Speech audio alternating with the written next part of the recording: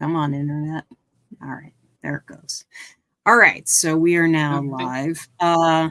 Welcome, YouTubers and other people who happen to join us. It is I, Katherine Silva, Kat for short, and we are doing our first fireside chat. I'm very excited about this. I wish I had a fire here.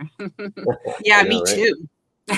It is freezing here. I don't know how it is for both of you, but we had our first sweater morning. We had our first sweater for the morning. harvest season, but it's like actually too hot for it.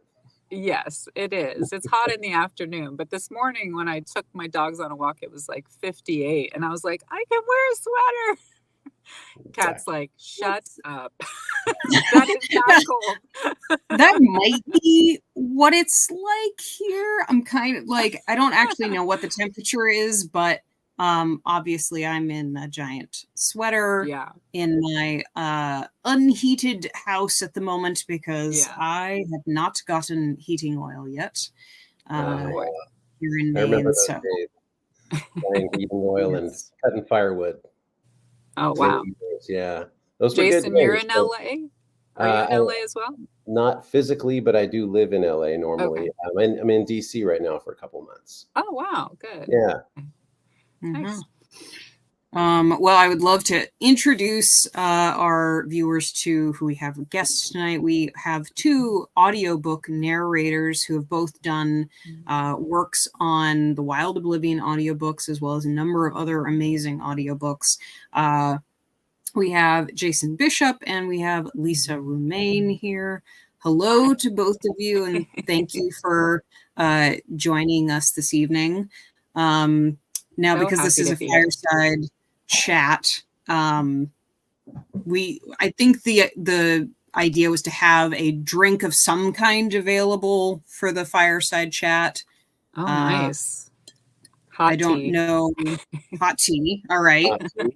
All right. Basil Hayden dark rye whiskey. Oh. Okay. All right. I'm missing out. I was gonna say, no, you've got a warm drink, so I'm envious. What are you drinking? I have an apple cider mixed with Writer's Tears Irish whiskey. Oh, wow. I like apple cider. Okay, well, I'll be boring. I'm drinking. I went a little too heavy on whiskey. All right. All right. So, go ahead. Oh no! What were you going to say? Sorry, I felt like I was. Before we came on, we were starting to actually kind of get into like a little bit of our backgrounds and where we were at and where we were at with actually getting into your series, Kat. So I don't know if we wanted to pick up there where we left off, or if you had some. Yeah, we can just pick up back where we were talking. We were discussing sort of the fact that I guess Hallowed Oblivion was one of your first audiobooks that you had done. And you both worked on audiobooks around the same time, actually. So you were Lisa was working on The Wild Dark, and Jason was working on Hallowed Oblivion. But did you write Hallowed Oblivion first? No, I did not. So you wrote The Wild Dark first. Even though Hallowed Oblivion takes place before The Wild Dark, I wrote The Wild Dark first. And I wanted to write a Halloween story, and that's kind of where the idea came from. So, and I liked Hank's character, so I figured that would be fun, Yeah, he's wonderful. The whole Hank and Gerard dynamic is great, and I don't want to give away too much, but their friendship's something pretty special, and their bond has many layers to it. And I latched onto that early when I started on the Hallowed Oblivion, and I fell in love. And then had a chance to get on Lost Oblivion, and I was like, hey, do you have somebody picked out yet? Pick me. It's such a good story. I listened to it today. I was Did like, you? I need to Aw. listen to this. And it was so great. It's incredible to me how you can get such an incredible arc in a story in just an hour. Just And an it hour. feels like just the best, ghost story that you go and sit around a campfire and, like tell this cool story. And it seems like you just draw in, it feels like you get drawn in quickly, but also it's just builds and builds and builds. And then it's like, bam, you're like, what? What just happened? It's so scary, so fast. And then it leaves you in this haunting way, where you just keep thinking about it. And you're just so good at that, Kat. You do that with Well, every story. Yeah, my experience with thank you. writing has been much longer range story building. I love the whole world building thing. And so it takes me forever to tell a story. And the art of being able to put a story together like you have and open it up and endear the reader to the characters so quickly, and then wrap them up in the drama of the story and the threat, the tension. And then wrap it all up within an hour's worth of narration, or what was it, like 8,000 words maybe, is really an art. And I don't have it. You have it. You've done very well with it.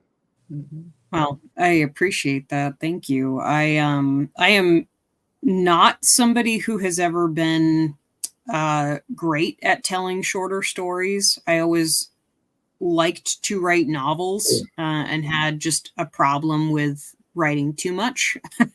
And yeah, writing Hallowed Oblivion was kind of my first jump into writing something short. Wow. And but also having to pick the right words so that it was a concise story and it wasn't too much like overtelling. It was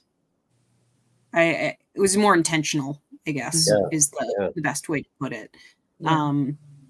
Which is a lot of fun, but it's also kind of a muscle that you have to work when you're writing shorter stuff. And I think something that I've kind of glommed onto, because I'm inspired a lot by film, as are a lot of other writers, is that a lot of my favorite films are films that have a very slow, drawn out tension and then a bang of climax. Yeah. What's an example?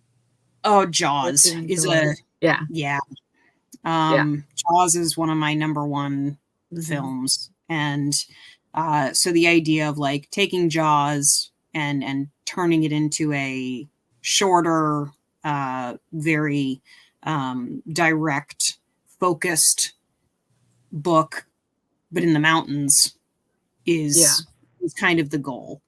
Yeah. And then it also deals like a lot you've with made it. I feel like you've almost made it impossible for me to ever go into the woods again without having a panic attack. It was pretty creepy. I had my first read through. I was like, I don't know if I can. No. Yeah, I mean, I also grew up in New England woods, so they're creepy. They're. I don't spend a lot of time in them either, aside from like living in them. But yeah. You're in Maine, right? Yeah. So, and do you live in like in a forest area? Like I'm about 10 miles away from town, I think. But I'm on a paved road. But I'm surrounded by trees. So it's it's woodsy. There's definitely been a bear sighted in the area. There are all kinds of coyotes and fisher cats and things like that, things that make all kinds of scary noises at night. I love how you wrapped that fisher cat into the second book. That was very cool. Yeah. They are terrifying when they I don't make know what that sound. is. A fisher cat. They're Lost like a Oblivion. You'll find out. yeah, they're a big like they're not I don't know how to they're bigger than like a weasel, but they're gosh, I don't know what they are exactly, what Wow. they're classified as. But they make this, very shrieky, screamy sound Wow. when they're calling out, and it sounds like a person screaming. It's really terrifying. Oh my God. Wow. And Okay, I'm gonna have to Google that. this year I got out of my car in the dark to go inside, and I heard that in the woods. And I don't have any lights or anything. Like, I should have lights. I just haven't fixed light bulbs, and there's no lights in my driveway. So hearing that and then having to walk up the walk to go in the back door, Oh my which gosh. is right at the woods edge. It's like, Yeah. okay, all right. I don't like that very Yeah. much. Oh Going my inside gosh. now. Yep. Gonna go lock the Well, doors. it seems like that just the way that you write, it seems like you have such a love and appreciation for the woods and nature. And you make it equally beautiful and mystical and terrifying and magical and just an oblivion. I mean, for lack of a better word, but perfectly stated, what the series is called. I mean, but you're saying that, did you grow up like hiking or doing things like that? Or is it, you did? Yep. So you've spent Yeah. a lot of time. Yeah, I mean, I grew up in what is known as Mid-Coast Maine. So it's coastal. It's definitely more coastal, not up like in the northern regions of Maine, but certainly there's a lot of places to go hiking around here, skiing, kayaking, things like that. So we grew up doing those kinds of things. And I work in an outdoor store. I work at a sporting goods store, and I have for almost 20 years. So I have an appreciation of just being outside, doing things outside, Yeah. and conservation as well. So I do try to put that into my stuff when I'm writing, because I think that it's important. And I do think that Maine is kind of one of the last like untouched places. Maine and Vermont, New Hampshire are really sacred in their leaving the woods be. Yeah. So I like to write about them. Yeah. That's I'd love awesome. to go. I'm curious, with Hallowed Oblivion, you said it was your first short story, really, that you kind of really leaned into. Did you do it as sort of a project for any kind of a competition or something like that? Or was it sort of just your own endeavor? It was totally my own endeavor. I can't remember. I had written Orchards, which was the short story follow-up to The Wild Dark, and I'd published that in August. And then I just really wanted to write a Halloween story, because I've never done one. I've never done just a Halloween story. And then I was like, yeah, okay, I'm going to do this, and I'm going to publish it on October 12th, the what would have been the first birthday of The Wild Dark, because I wanted to do it, and then did it. And it was pretty popular. It was definitely took off. I think the lineup featured it in one of their articles that month. So, yeah. And then after that, I kind of got into really liking to write shorter stuff. So now I'm kind of trapped in that, like, this is great. I've forgotten how to write novels now. Novels You take a didn't lot of work. forget. Novels They- take a lot of work.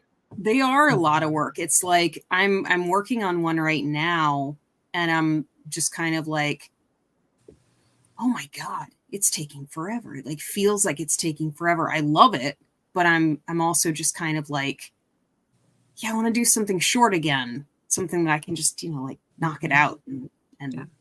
It's really that- nice narrating short. Yeah. Yeah. I went from gonna say, narrating a 16-hour book, yeah. which was it was so much fun. I had the best time, but that was a like That a was 16-hour book is actually like, what do we multiply that by, Jason? Yeah. How many exactly. hours of work that actually is Exactly. way more. So, and then I do these and I'm like, oh my God, this is so fun. Mhm. Just to do a 2-hour book or something is really, that's been a really nice book just to get, and also just to have that journey really quickly, and you get that, you get the answer. It's and true. the conclusion quickly is nice.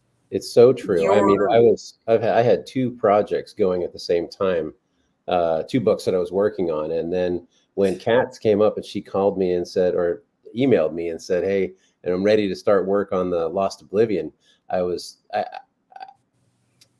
I tried to do a little of each, and I found myself throwing myself wholeheartedly into Lost Oblivion because of what you just said, Lisa, because it's so refreshing at times to just dive into a story that you're Yeah. going to finish in a week or so, Yeah.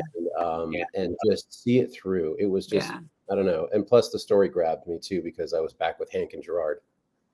Mm-hmm. It was awesome. We love Hank. Yeah.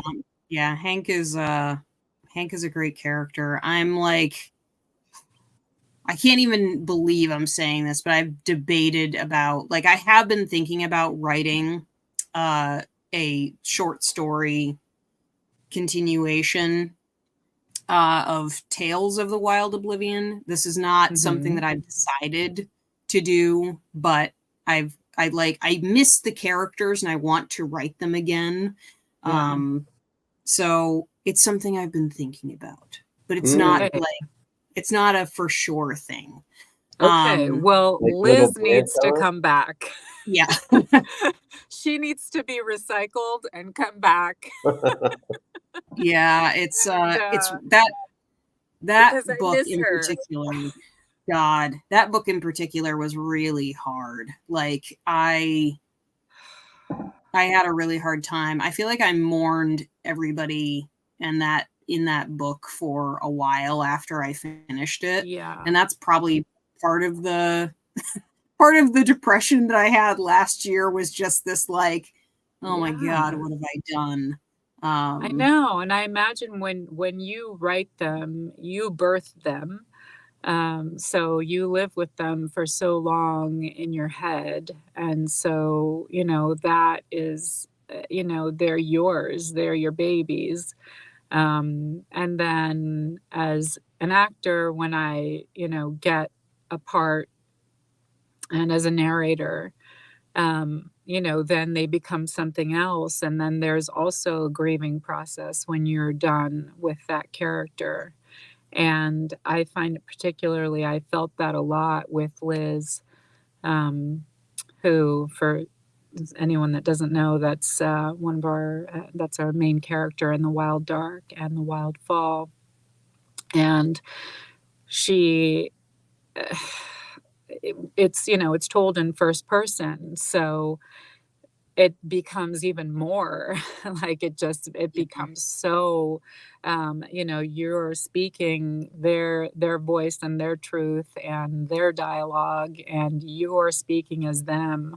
And so when you're done and when bad things happen to them, it really is just, and Liz went through a lot of hell. Let's just say. Yeah. She went through it, and I love her dearly. And I was very, very sad to finish those books. I'll say she's a special one for sure. She's like my dream role. And if you ever write a screenplay, like I'm gonna fight tooth and nail. Yeah, I have a friend who actually does write horror screenplays for you need to think for about Hollywood. That. I don't, and they, we talked about it, but I don't know. His style is not quite this, like, this, I will say, though he has a script with Jordan Peele, so let's all just like manifest happy thoughts for him. That's not bad. We like that. But but yeah, I think the thing is that a lot of writers kind of imagine their books as movies at some point. And it's always a dream for us to, totally. Yeah, because it's so cinematic. It's actually a great series. I mean, it's like an incredible series. Yeah, like one of the first things I see it. Yeah, one of the first things I do is I picture actors as characters, so that I have their voices and their expressions and their, a general sense of what they look like when they're doing actions in my head. Which is so helpful when you give those to us, when you say, hey, I'm picturing Anna Torv when I'm doing Liz. And then I was like, click, okay. You're specific. both I of got you. it. Both of you so have helpful. such an incredible ability to do voices that I will just say, like, I was blown away. Especially, like, Lisa, you took on basically every single accent possible. and nailed it, though. Like, how nailed many did it. we do? We had like you did Scottish, which was amazing. It was amazing. Never have I done that. Woo. Your Romanian, I think, was yes, the with some guy. Some sort of. You did. You definitely did Just some black characters. Yeah, you did, which that was a little bit. I was like, oh boy, right? This is a little dodgy. You nailed. You did that though very well. And you made everybody sound like they had their own voice, which was very important. No one felt like they were getting confused with each other. Thank you. It's important to me to work hard on that, because I do feel like it's important, especially in those scenes where there's multiple characters going at the same time and they're all in the same room and talking to each other. It's really important to have those clear voices, and at least if I can make sure that at least there are two different characters, especially if they're male characters. I can only do so many male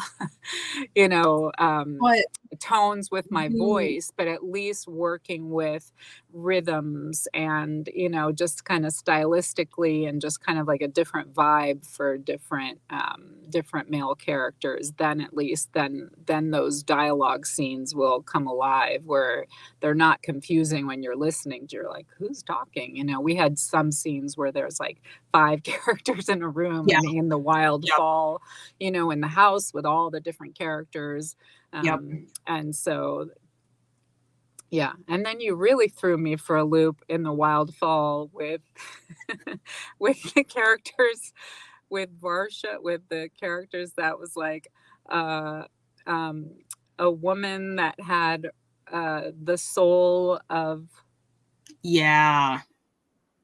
her father, right? And then there was a teenage boy's body that had the soul of his mother. I was like, I gave you so many fucking Okay, like so we need to be a little horrible boy speaking with his things. mother's Scottish accent, and I was like, I do not know how.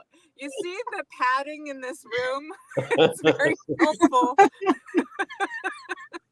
because that threw me for a loop. But then, I mean, there's nothing better than like an incredible challenge. Like, actors and narrators, we want to be pushed and we want that challenge. And so I was like, okay, we're gonna jump into this.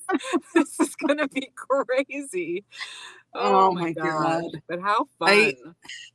It's also really hard when I have like it's all interior stuff and I'm thinking Right. like, yeah, this is super fucking weird, but I'm just gonna roll with it and see, how it Yeah. comes out on page. And then I'm like, yeah, this rocks. And then I give it to somebody else and I'm like, oh, this is now going beyond me. And I have to try and explain what's happening to this person who's not as crazy.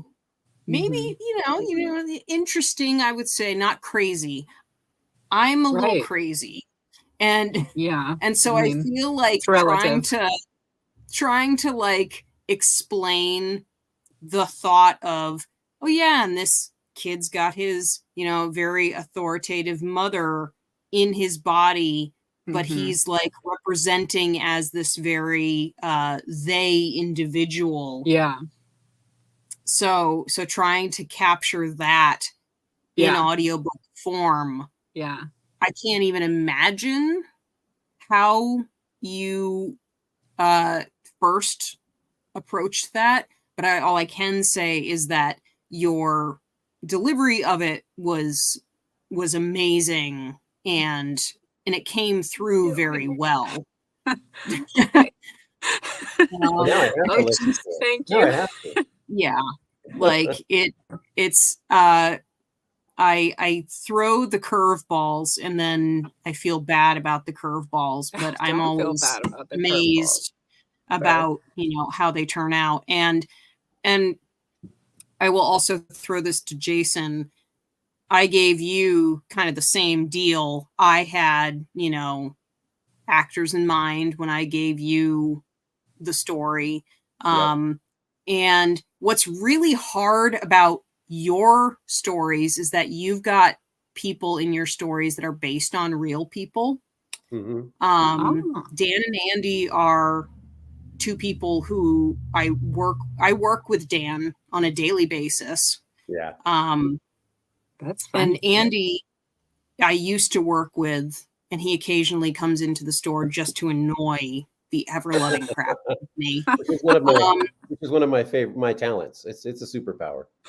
But oh my God, when I was listening to your Andy in Lost Oblivion, I was cracking up laughing because it sounds exactly like him. That's awesome. And that was just like so awesome. I cannot tell you enough how well, your descriptions, when you gave it to me, you gave me that welcome packet and you said, here's what I need. And you had every character in there that was important to you enough to give me performance notes on. And you said how you wanted them, what their mannerisms were, if you had someone in mind who was like an actor or some a public figure, who they sounded like, and it's incredibly helpful. I mean, oh my gosh, it's everything. Awesome. It's so good. And I've had other authors to say, hey, I trust you, and I'm like, okay. Yeah. No, it's an incredible tool. And also I remember, like you even provided like the best thing you gave me at the beginning with the Wild Dark is you gave me the paintings that inspired you. Oh yeah. By that I wrote down Beksinski? Yeah, Zdzisław Beksinski. The artist. Yeah. Oh. Have you seen these? Yes. Yeah. So that it was just like, because you're reading it and you're like, you have an idea of in your mind, but then when you showed me these, I was like, okay, It was on the same level as says, Here we go. I'm writing a story about aliens. Okay, what kind of aliens? Look up H.R. Geiger. Okay, that's a whole Yep. different. Now you've gone up 10 levels. It's so incredible to, to have those tools, because then you can sink in to what that feeling is. And or if you listen to music, sometimes you can't really articulate what something really feels like or what a character feels like, but then you'll hear a piece of music or look at a piece of art or see a particular person or actor, and then you're just like, yes, I get the world now. I get what this is supposed to feel like, what the texture is and everything, and then you can go. But the very beginning jumping off point is always the hardest, because you're trying to find the tone, voice. you're trying to find the voice and all of that stuff, and that's always, those first few chapters are really hard. But when you have those tools that you give us, is just a blessing. And even I'm more, spoiled now. and even more than that, not only did you tell me that, what was it, Gerard, you wanted to sound like, I forget the actor's name now. Ted Danson. Ed Danson. And you nailed it. And not only was that helpful, but it was the right choice. I'm co-signing your choice of the voice for that character. It was perfect, the perfect choice. And it just nailed it. So yeah. Kudos back to Kat. Yeah, I don't know. I mean, every author has their own way of writing, and some of us are very visual and some of us are not. And I have always been a very visual person, but I also can have that extra level where I can hear how people are saying things and sort of see how things are happening. And oftentimes when I need inspiration, I will go and just watch something featuring that actor in a situation that is similar enough to what is going on in the book, so that I can have a direct comparison. And that it, I don't know, feeds the beast, I guess. But it's also, I can see where it would be super weird for somebody if they were watching my writing process, because it's just me looking at YouTube videos for, hours at a time, getting down how I want this character to act. And I was curious how it is for both of you when you are trying to get into character, I guess. I know that having notes from the authors really help. But if you do not have notes, such as, what Jason was saying with the, I trust you thing, how do you kind of go about deciding what to do? Yeah. That's a great question. I mean, it's so interesting, because coming from being an actor first and then narrating, when you have a script, you don't have this incredible amount of information that you have in a novel. So, you have so much information packed into a book about the character. When you have a script and you're working on a character that, in a film or something like that, you have to answer all these questions yourself. And I always create a whole background for the character, just to make things make sense to me, and creating memories and things like that. So if there's something that I don't have on the page, I really do start to think about, there's a lot about Liz that is about her past. And I do know that she has a lot of trauma about the death of her father.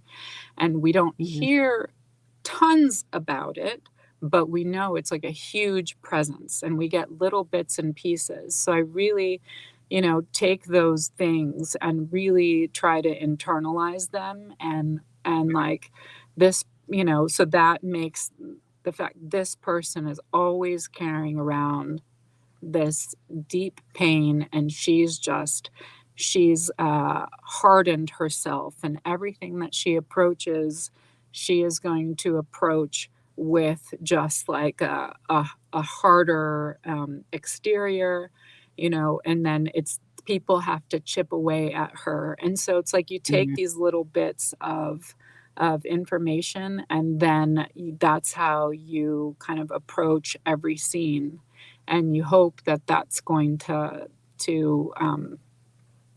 evolve throughout the story. And it does, because you get all this incredible information, then you just keep layering and layering. And then, when you're doing, dialogue scenes with the characters, like I just always try to first like think about it in my head, how this scene would go, and kind of like act it out in my head. And, I thought I was crazy before just being an actor. Now I really feel insane in this room. And I'm sure you do, Jason, when you have conversations with yourself, as two different characters, but really like trying to find what the truth is in there, and trying to make it sound like these are two people in a relationship that are speaking to each other. And there's like sometimes I'll have rehearsal, just myself, with these kind of like dialogue scenes, and kind of I don't know, I'm going off the rails here, but it's really just about taking those pieces of information, and then building from that. But you're such an incredibly rich writer with these characters are so incredibly layered. They are so well written, and they come off the page as real people. They're not, you see Liz, you see Hank, you see Brody immediately for who they are, because you can really write dialogue so well. And they always seem so real. So it's not a hard jump at all. It's like, oh, thank you. Don't have to do much. Making me Yeah, feel the only thing I'll add to that is what do you? I grew up doing impersonations, doing voices. Any character that caught my attention in a movie or a Pixar animation or whatever, if I felt like that was an entertaining character, my kids and I were just bantering back and forth with every, all the lines, and we would do them in the characters and the voices. And I didn't realize it at the time, but I was practicing to become to do this. I was practicing to do this, for decades. And so I've got this, I guess, I don't know, cesspool of information, of examples in my head that's just always swirling around. And anybody who spent any time with me can tell you that, out of nowhere will come this voice that just speaks into the situation and seems to be, to make a joke in whatever accent, or throw out some movie line that seems right for the moment, and make the joke. But so I guess that sort of that library that's swirling around in my head tends to latch on to these characters, because like Lisa said, the characters that you have created are very real. They're not two-dimensional. They are living, breathing people. And the first read through that I or anybody would do of your book will tell me everything I need to know about that character. And it's usually after just a few pages of reading their dialogue that I start hearing their voice. And all I have to do is speak that voice. It's just they're real people already. I just have to listen to them. And that's the brilliance. That's good writing. That's what that is. You've done the job for us. Thank you. That's really very nice. You don't like compliments. No, I love compliments. I am terrible with how to react to compliments. I know. I Um, relate. Same. I have this thing where I don't want to come across as like, oh, thank you, like of course. But no, I absolutely cherish those compliments. Like I really appreciate them. Especially right now because I'm in the middle of I have a deadline right now and I am like writing my head off trying to finish this novel. And I'm definitely at that point where I like look at something and I'm like, this is shit. Like this is not good, but I have to keep going and edit afterward because you just Yeah. need to keep going. Every author says That's the process. Yeah. that. Yep. Yeah. So, but no, I do appreciate it. I think the hardest thing is that writing a book and then putting it out there and then not having anybody read it or or see it has definitely haunted me in the past, where I've Yeah. I've spent years on something and then it goes out and I'm like, all right, let's see what happens. And then Yeah. and then It's never it's fast enough. Yeah. Yeah. But you're getting It's- great reviews for your books. I've been checking them out. They're coming in and they're wonderful.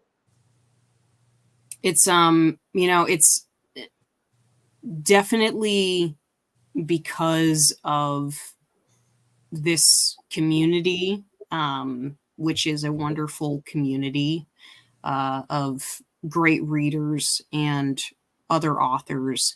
And then also because of you two bringing life to the characters and being able to represent them for people who might not have the ability to read for themselves, which is definitely, there's a lot of people that can't handle ebooks or regular books.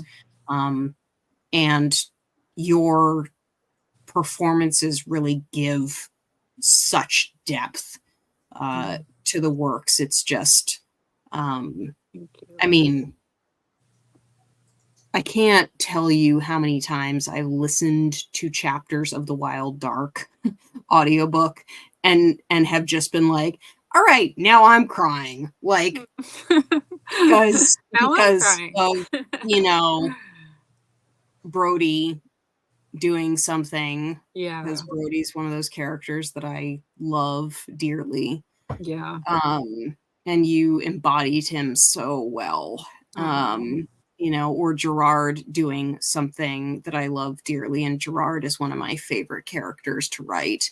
And Jason voiced him so well. And I'm, Can't wait to hear. tears. So it's Is this Castle? this is Gerard.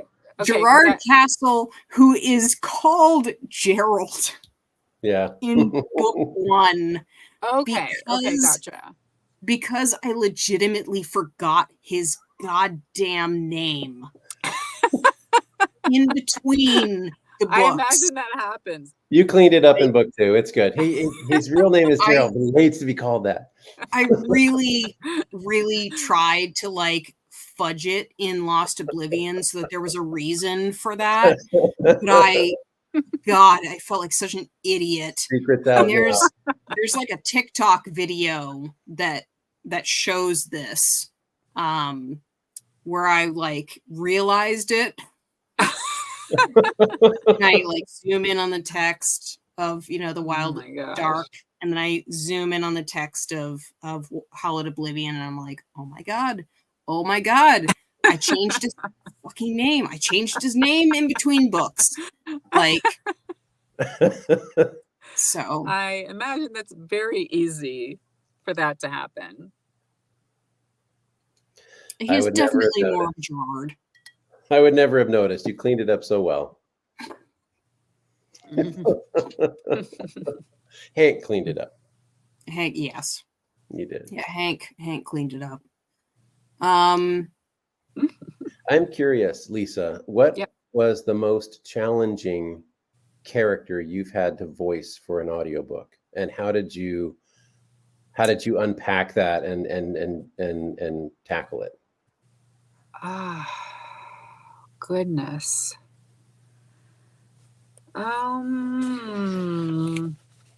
I mean, I think it would probably be somewhere because, dialects, thank goodness for YouTube. You can Right. always, like get free dialect coaching on YouTube. Okay, so We have a my husband request. is listening and I hear him say, "Let's hear a voice." Honey, okay, you hear all my voices at home.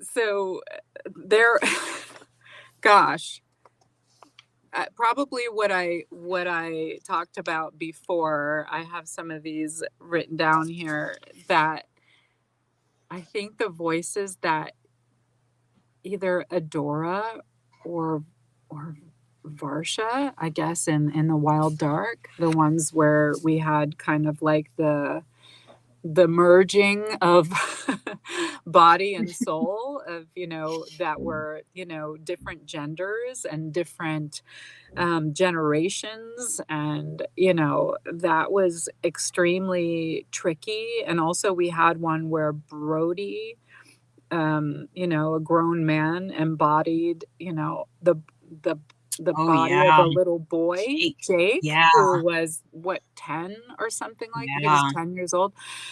And so trying to like keep Brody's his intonations and his rhythm and his little rasp, but like put it inside of this little boy's voice. It was just lots of re-records, going back.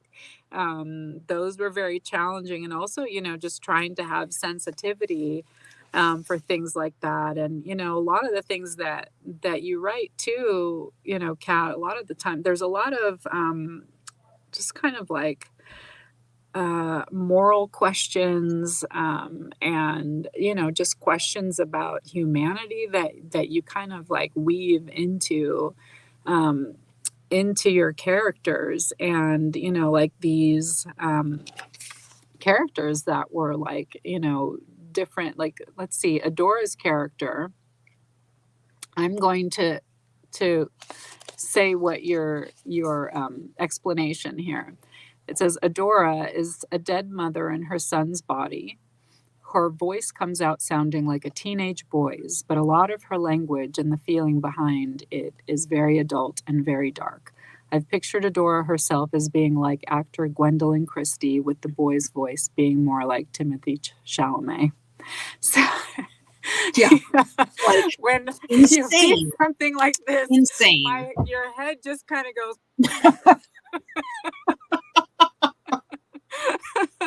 and I can't even. And Greg, my husband, if you're still listening, I can't even remember what that voice was. I'd have to like go back in the book and try to find, how I even did that. But that takes a lot of. But it's just like, it made me think of like there are people that feel like there's a different kind of like soul or different person inside their body. So it's just like it kind of got me thinking a lot about different things and just the sensitivity to that, and kind of like the beauty of that, but also the horror of that. It's just like so many things that it brings up. Really interesting characters. And then the other character, Varsha, says, not as many vocals as Adora, but this is a man in a woman's body. The father, Arif, took over his daughter's body by accident. He's trying to identify with her and refuses to be called his own name. He feels a deep sense of guilt for losing her, and that manifests in quiet anger a lot of the time. It's just, these are really interesting, interesting challenges. How about you, Jason? Gosh, now, well, I'm glad to hear that Kat gave you your most challenging character.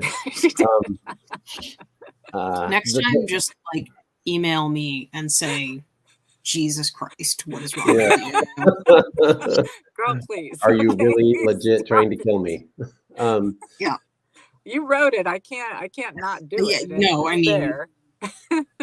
There's a book I'm currently working on called The After Summer, and it's not out yet, so I'm still working on it. But there's a character in there who he's a 50-something-year-old guy who's from New Jersey, so he's got that, and that's a fairly straightforward thing to imitate. But he's inhabited by the ghost of his grandfather, who's an old Oh. world Jew. He's got that East Coast twang, but he's got a lot of this in there. You know, he's got some of that little bit of Jew in there, and he's a lech to boot. So you've got to add a little bit of I don't know, a little bit of salt, a little bit of looking at the world as though it's always a ripe apple to be taken. You know, Mhm. and there are times at which Benjamin, the young man, speaks, and it's not him who's speaking, but it's his grandfather who's speaking through him. So Yeah. it's his grandfather's intonation and word choice and a lot of aspects of the grandfather's speech patterns, but it's coming through the younger man's voice. And then there's Yeah. times where there's internal dialogue where Benjamin and his grandfather are speaking in the recesses of Benjamin's mind, and then you have Oh the my two God. distinct voices. So there's that Yeah, was very a little bit of similar a trip. situation. Yeah, that's a little bit of Authors, please stop doing this to us. oh no, like you said earlier, it's a challenge, and we like It's a go. really cool idea when you're writing it I mean, down. to be fair, I did this to him also. I did this to you in Lost Oblivion also. With Dan. Not With as Dan. maybe not as difficult as this person's book, Wow. but Yeah, but with yeah, Dan. it's We had to do a few different takes to get Dan just right. Yeah. And Wow. I'll tell Dan you, is so the problem with the real Dan, and Dan, if you're listening, you know that this is a problem with you. We've had this discussion. I can't wait for Dan and Andy to hear themselves. Dan has legitimate accent Tourette's in that when somebody comes into our store and they have an accent, he will Oh no. be Imitate it. compelled to Yeah. start to imitate it, No. and not No, because no. of any. No, he can't help it. He can't help it. He's usually really good though. He'll wait until they're gone, and then Okay. he'll have to do it like for me. That's respectful. But Yeah. but it's Not really to you, funny but- because he is from a very like Mainer town, so he has the very Mainer accent, but it doesn't come out until he's with Mainer people. Okay. And so then when he's with them talking with him, that Maine accent starts coming out, and it's just Yeah. really, really funny. So Oh my gosh. the funny thing about the audiobook is that he basically doesn't sound he does not sound like Dan the Mainer. He sounds like Dan the very official Okay. boss in charge, of which he is. When He has Dan many is, you know, alter egos. Yeah.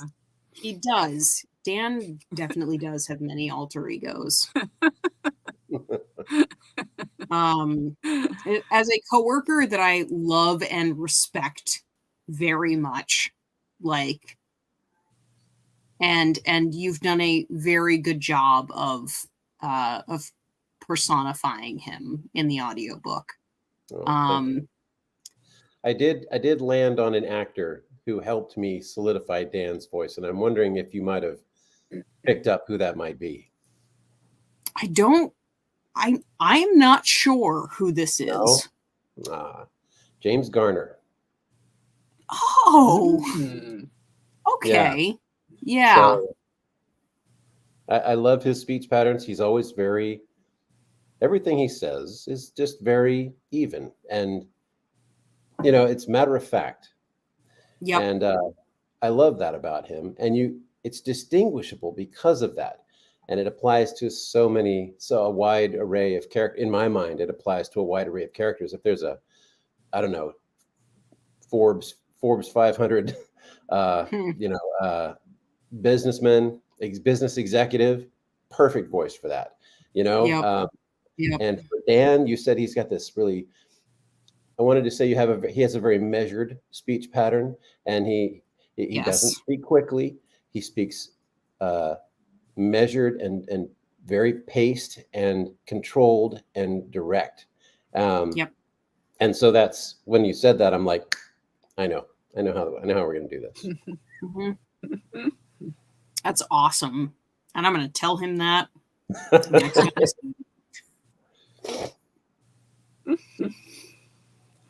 I'm glad it worked. So let me home in here. So we're at 56 minutes right now. I guess we've kind of covered a lot of these points here. We need to talk about tone and mood, I guess, is the other thing. So obviously these are where I was talking to be about my tone. Obviously these are horror books, but you both do not always work on horror books. You work on a variety of books. So so I am curious, was this your first sort of delving into horror? And if it was, what was your what did you think about it? It was my first, but it has, I mean, but it's when you, it has, it's horror, but it has such a different kind of feeling. Like, I know you kind of classify it as a kind of like, do you say like grief horror, existential horror, like apocalyptic? There's this very specific tone that you have that feels different to me than like a horror books. And I guess I haven't done like a clear cut horror book, and maybe I don't really read them very much besides like Stephen King books that I've read in the past or something like this. But yours have this very kind of lyrical, there's the texture is just so interesting. It's like you're just walking through like a foggy,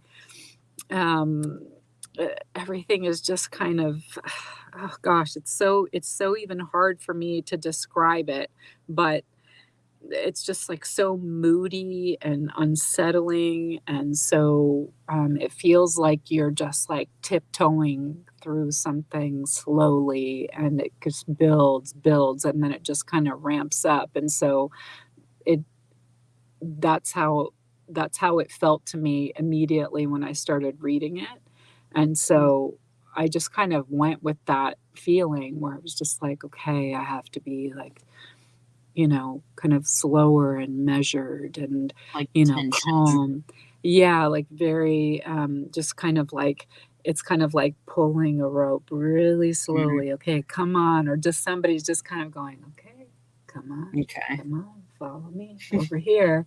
And so, sometimes you'll do something and like, in Hallowed Oblivion, your pace was really cool because it was just like very kind of like quick, because we start out with these kids that are like going on this thing, and it's like, okay, come on guys, we're in the woods, and so it's like you have to, it's so interesting, the first few chapters you kind of read and you're just trying out different tones, and then eventually you just kind of like sink into something. And I don't really know how else to describe it. It's just like a feeling that you get, you know. And then when we did like Undead Folk, there was something a little bit different about that, you know. Mhm. I don't know, every book just has just like a different kind of vibe to it that feels different. The language kind of lends to how you're going to say it, and kind of like the, you know, if you're going to use a lower register of your voice or a higher register or something like that. I don't know. Now, I haven't listened to the either of the books that you narrated, or the what was it, the Wild Dark and what was the other The one? Wild Fall. Wild Fall. Yeah. Yes. But I've listened to the first couple or the free previews, and I wanted to get a sense of how you how your tone, how you started those books off, what tone you use, because the tone you start off with is really sets the stage for the whole rest of the book. And I was impressed that the tone that you used somehow conveyed to me that you had already heard the whole story, and that you were relating it to someone in a tone that told them that you were already mourning the way that it turned out. And you were just, you know what I mean? You already had that little bit of a sorrowful edge, a sorrowful weight to your voice that told me you were already sad about this, but I'm going to tell you the story anyway, you know? And I don't know how you did that, but you did it wonderfully. Oh, I appreciate that. I hope no one gets too sad. But I mean, because That's the point. There is a, because it is grief horror. There is, you know, this is like a underlying, you know, theme, or it's a big theme in these books. It's, you know, the main character, Liz, this is what's driving the whole story is her grief. And we're telling, you know, her story, you know, in past and present at the same time, for the Wild Fall, the first book. And so as you're kind of like, you know, learning about what has her so distressed, you know, she's diving into the oblivion of this dark world. And so that tone had to convey that this person, especially because it's first person, is that feeling of that heaviness that she feels. She is like trudging through the hardest time in her life, but also not trying to make it depressing. It's a balance. Hopefully I could strike that. Yeah, no, you definitely did. And I did it to both of you. I do it to every book that I have written, minus the romantic comedy, which we will not speak about. Yes, we will. What's it called? I need to get my hands on that.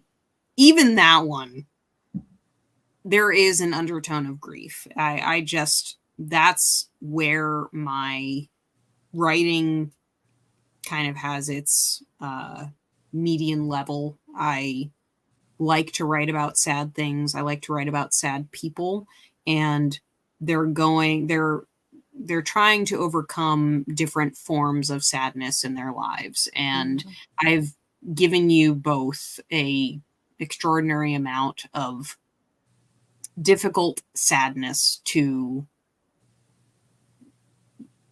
try and narrate. I think Lisa so far has had the most of it, just in terms of, you know, the 16-hour novel. Like Liz is definitely a more grief-filled character. Gerard is certainly a grief-filled character. And then of course you've got Undead Folk and those books now. So those are certainly full of it. But there's such hopefulness too. That's why it works, I think, because you know, as you're kind of dragging your characters down into hell, they're they're always like reaching for the light. They always are searching for that connection with others. There's always such beautiful humanity there. It's never just like, you know, even when there's gore and man, you can write some really intensely grotesque things where I'm like, Mhm. oh, I don't even know what that is. Like chapter 18 in the Wild Dark, it's like, get this out of my Oh, brain. Like that's like the worst horror film that I could ever think of in my mind. God, that Um, was so much fun to write, though. oh my God, that was the coolest thing ever, chapter 18. Um, but uh, but there's always just like there's always like the light that's peeking through. It's just like somebody just trying, wanting to live so much, somebody wanting to love, somebody wanting to just like somebody to see them, to show them the way, somebody to hold their hand, you know. It's just like so beautiful. And I guess maybe that's the process of grief, that you miss that so Mhm. much that you want it again, maybe. Um, but that's been such a nice journey to go on with you, because like life can be like that, you know, like Mhm. life is really hard sometimes. But you can just always, you know, you can always find the light, even if you're in the monolith, in the Yep, wild dark, yep, yep. with the That with the was creepiest effing that was when creatures and those wolves. paintings, those Yes. Zdzislaw Beksinski paintings, Yeah. that was like the full on. Yeah. I don't know if you've seen any of the ones that have some of those figures in them, but that's where those definitely came into play. Yeah, I pulled some A up lot on of my the phone. I don't know if I Did can like did those paintings actually were they the seed for your story, or had you already written the story and they were it, huh? No, so they weren't the seed, but they definitely influenced several scenes that I Yeah. wrote. Um, like I had been an admirer of that artist for a while before I started writing the book, and yeah. this other I world, don't know if you can see yeah, this. exactly. That one in particular Yes. is one of the ones. But like that, Crazy. those creatures, there's black wolves in some of those paintings as Mhm. well. The architecture certainly, Yeah, the like architecture, just the way you describe, you know, just these buildings and these structures, and the just like the texture of the woods and the trees, and how they morph into these like, you know, just like a different kind of darker thing, how they're just like insidious. It's just like really incredible. And I'll say this: and we've all seen Stranger Things, and you Mhm. yeah, know, in the Stranger Things, there's an underworld, there's Yeah. yep, the upside down, and then there's Mhm. the real world, and they both exist parallel, right? Yeah. At the yep, same time, same place, different dimensions. But you Mhm. always know when you're in the upside down because you Yeah. see these little glittering, fuzzy things that are just out of focus in the air, yep, right? You don't know what they are, but they're there, and that's your like your cue. Okay, Yeah. I'm in the bad place now, right? Um, and you always so I found myself after the first couple episodes of watching Stranger Things looking for the floaties because Mhm. the floaties told me some bad shit was going to happen anytime Yeah. now. It's coming, right? And that actually really helped me with your books, Kat, huh, because I know that it's sort of the same situation. There's a happy, wonderful world where people love each other and go to work and do their job and love their kids and make all these hard decisions for themselves. Um, and then underneath that, there's something much, much darker. And, Yeah. you know, in that little town of Cardend, near the White Mountains, that's what's going on. And so telling the story with the idea in the background that this is all just what we see on the surface, that really helped. I guess, I don't know, maybe put a little tone in there that, but, and there's another author who might be actually listening right now. His name is Scott Colby. I've been working with him and doing a lot of his series. And it's similar type of situation where there's a normal everyday world, right?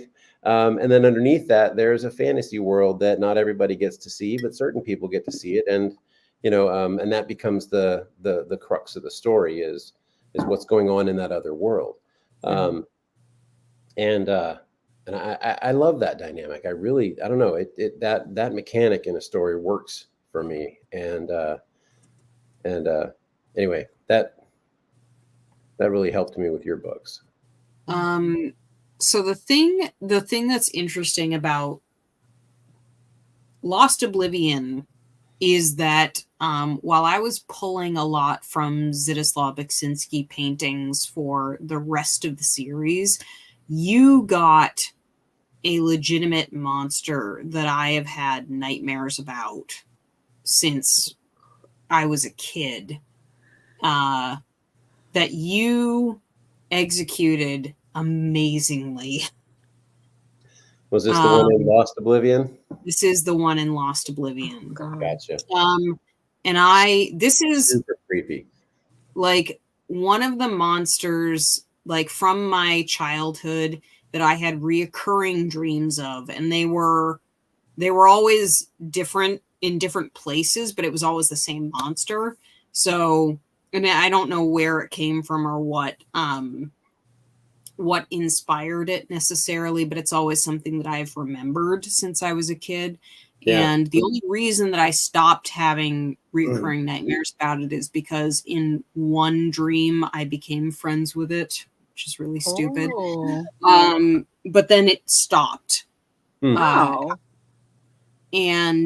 But I brought it back into this story because I was like, I need something to freak people out. God. And I've never seen anything like it in anything I'm afraid. I've read or seen. And I meant to ask you where, I didn't want to spoil. I'm going to let you tell how much you want to tell, but it was very unique, and not only unique, but lividly creepy. I mean, just like, yeah.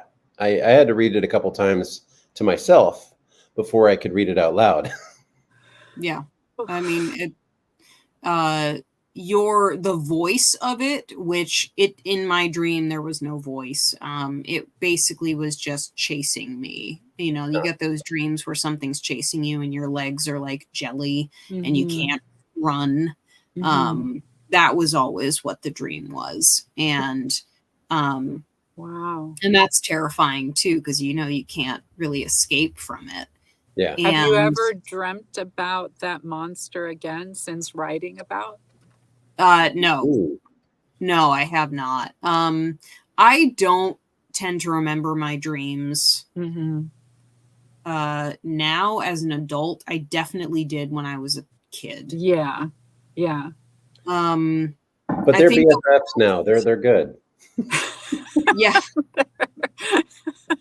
The last wait time to see this thing, because if it's even worse than other things in your other books, I mean, the fact that I remembered it this long and decided to put it into a book, I mean, it's creepy. It's really creepy. Okay. And I honestly was just trying to think of when the last time I might have had a dream that I've remembered and then used it in the book was, and I think it was for the collection. But yeah, I don't really tend to remember my dreams anymore. Yeah, I find that as well. Every now and then I'll remember something, but not as much. yeah, this thing, it stayed with me. And I didn't, there weren't any other like scary monsters that I could pull from any Zdzislaw Beksinski paintings, besides obviously the ones that show up in the Wild Dark and in Yeah. the Wild Fall, which Yeah. are legitimately terrifying. Terrifying. And they do show up in Dan and Andy's Karaoke Holiday as well. But I'm so glad you didn't ask me to do any of the karaoke singing parts. there's actually no singing in that short story. That is such a weird story. But anyway, God, where did those monsters changed from the Wild Dark to the Wild Fall? And I think the reason that they changed is because of Dan and Andy's Karaoke Holiday. Like they kind of got a little scarier because they got kind of spidery looking. Ooh. So, do you know that artist who did the paintings that you? So, I'm not even going to try to say his name.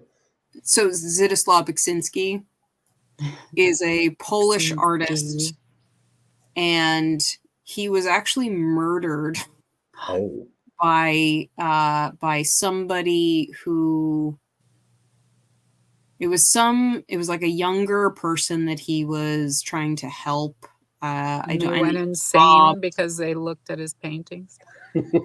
Yeah, it was very tragic. But this was like a young man that he knew who murdered him and stole from him, and it was in the 90s, I think. And then after his death, his paintings, kind of exploded and became huge. And the only reason I know about those paintings is because I played a video game that had artwork that was inspired by those paintings. Mm. And the video game was called Tormentum. It's like a point and click horror game with really amazing and creepy art. And, so it's just one thing leads to another, leads to another, leads to another. And wow. Yeah. Oh my gosh.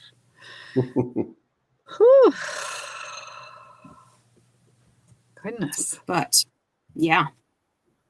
I love those little seeds that inspire things.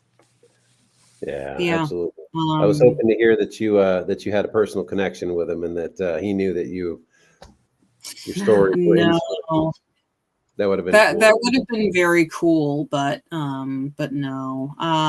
There is, the person that does the artwork for that video game is certainly somebody who is still alive. I think I did an Instagram post on them at one point. I don't remember their name, but shout out to the person that does the artwork for Tormentum, Dark Sorrows. You're amazing. We see you. Yeah. We see you. Yeah.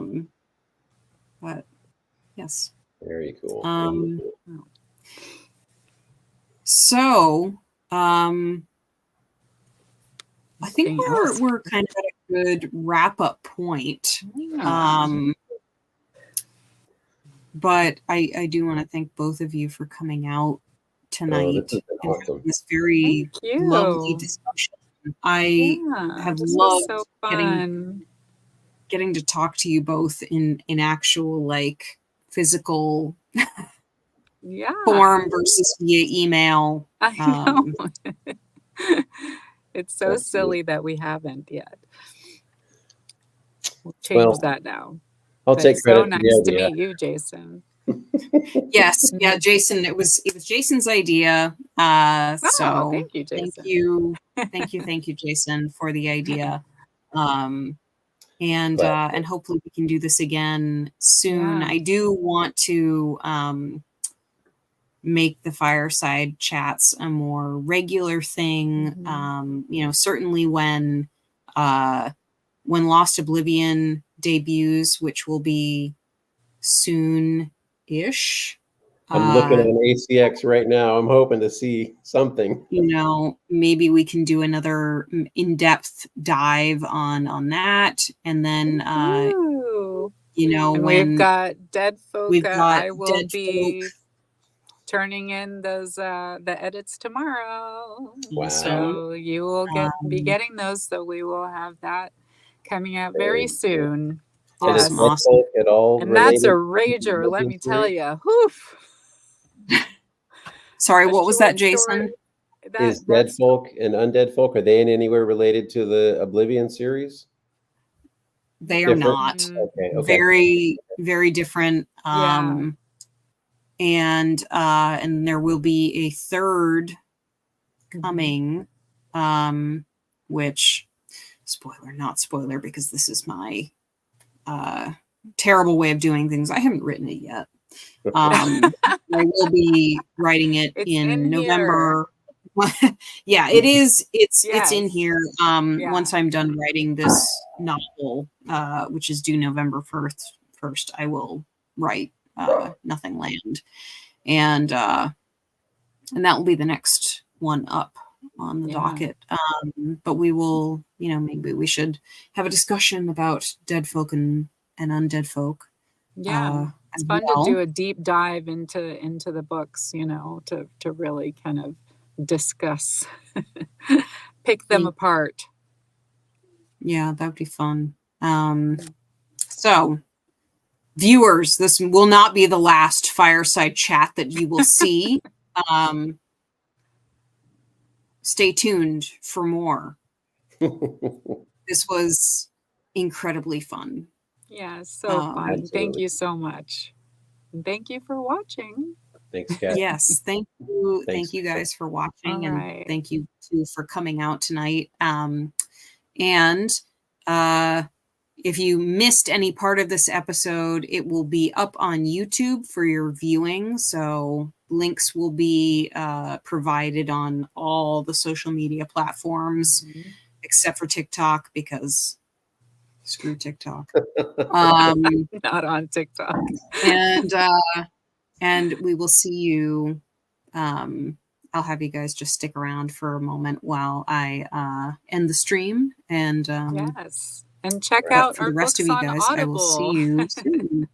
Yes, definitely check out the audiobooks. Good God. Yes. Terrible check about out our the actual audiobooks on Audible. Of the audiobooks. Yes. There are a number of audiobooks that you guys can now listen to, or will be able to listen to very soon. We have Wild Dark and The Wild Fall, narrated by Lisa Roumain, which are now available for your listening pleasure. We also have Hallowed Oblivion, which is narrated by Jason, which is now available. Coming very soon, we have Lost Oblivion, which will be debuting hopefully within a few days, we are hoping. We also have Undead Folk and very soon Dead Folk, which are available. So jump on Audible or Amazon or iTunes and grab those now or later, but now would be great. And we'll see you soon. Okay. Bye-bye. Bye.